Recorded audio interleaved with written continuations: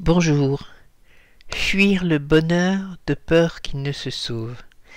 C'est une jolie chanson de Jane Birkin pour ceux qui l'aiment, mais qui dit tant de choses. Pourquoi fuir le bonheur avant qu'il ne se sauve? Pourquoi ne pas vouloir croire aux choses? Pourquoi tout faire pour qu'elles se cassent, tout faire pour qu'elles se brisent, dégoûter l'autre, le rejeter? Pourquoi? Pourquoi certains ont-ils si peur du bonheur?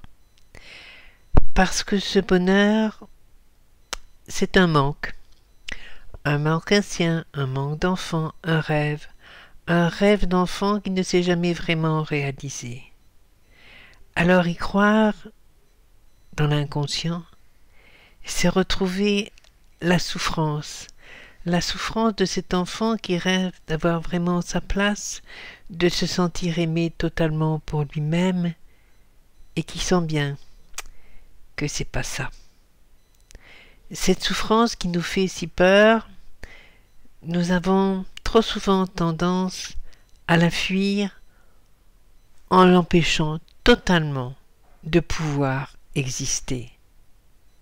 Alors, quand enfin le bonheur arrive, quand enfin une relation sentimentale, par exemple, semble vraiment être quelque chose qui peut nous apporter du bonheur, du bien-être, qu'il n'y a pas de choses tordues chez l'autre, qu'on peut être rassuré, alors, souvent, on devient dur à l'autre, on devient désagréable, on trouve des défauts, on trouve des raisons, on cherche des motifs, on ne veut pas se l'avouer, mais on fait tout pour ne pas aller plus loin dans cet inconnu qui nous fait si peur. Je n'ai pas droit au bonheur. Donc ça ne peut pas être possible. Je ne l'ai jamais eu. À chaque fois que j'y ai cru, je me suis cassé la figure, je me suis fait avoir, j'ai souffert, etc. Oui, ben c'est bien beau ce que je dis, mais croire au bonheur, effectivement, c'est risqué de se casser la figure et d'avoir mal. Oui. Et comment éviter ça?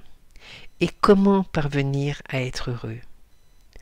En faisant ce chemin vers soi, qui amène à découvrir que derrière cette façade de nous-mêmes que nous croyons voir, rafistolée, cassée, pas belle, pas aimable, ne pouvant pas être aimée, il y a une vraie personnalité, une richesse, une profondeur, une joie de vivre, un goût de la vie.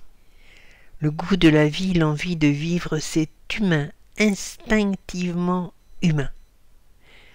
Alors il faut aller en soi le retrouver. Et pour le retrouver en soi, il faut enlever toutes les vieilles planches qui recouvrent cette envie de vivre, tout ce qui nous a, petit à petit, laissé à penser que le bonheur n'était pas pour nous, tout ce qui, depuis notre plus tendre enfance, ne nous a pas permis d'oser croire au bonheur.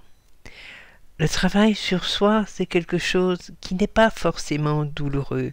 Ce n'est pas forcément une torture comme on en connaissait il y a encore 20-30 ans, où on allait à reculons chez son psychiatre ou son psychothérapeute, parce que, oh là là là là, on allait encore se retourner les tripes et se déchirer et sortir de là complètement explosé, cassé. Non.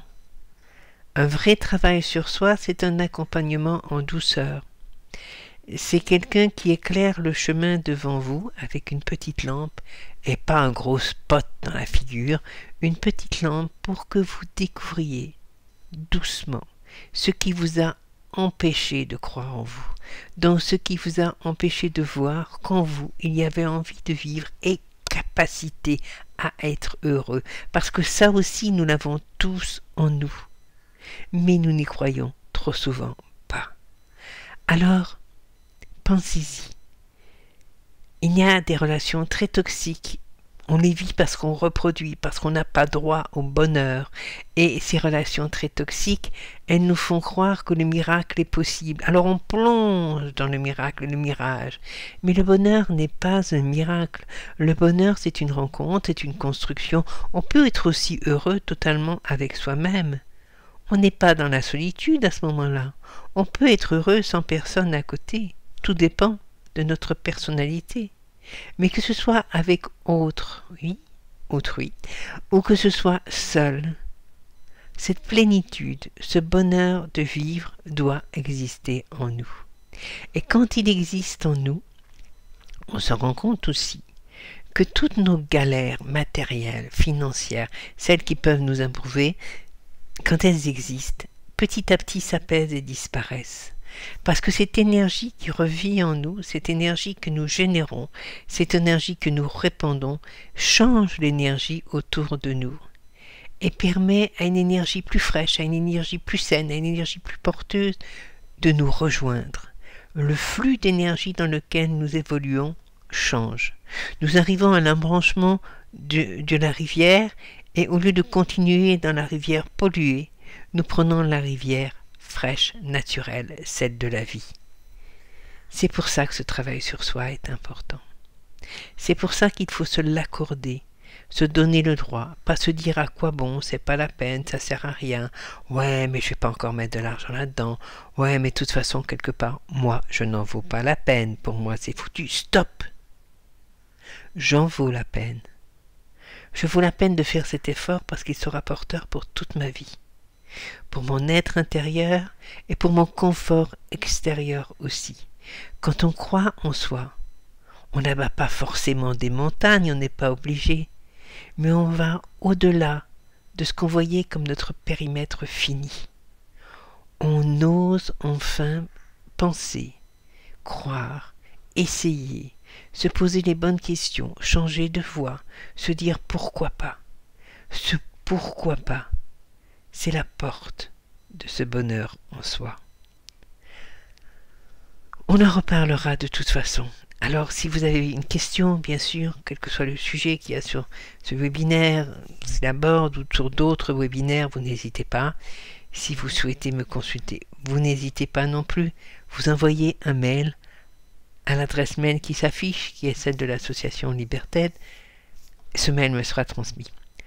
En attendant, j'espère qu'il vous aidera à commencer à oser. Regardez avec une toute petite lampe de poche vers l'intérieur de vous et vous dire « Mais là-dedans, et si j'essayais d'y mettre un peu de lumière pour me rendre heureux ?» À bientôt, plein de lumière. Au revoir.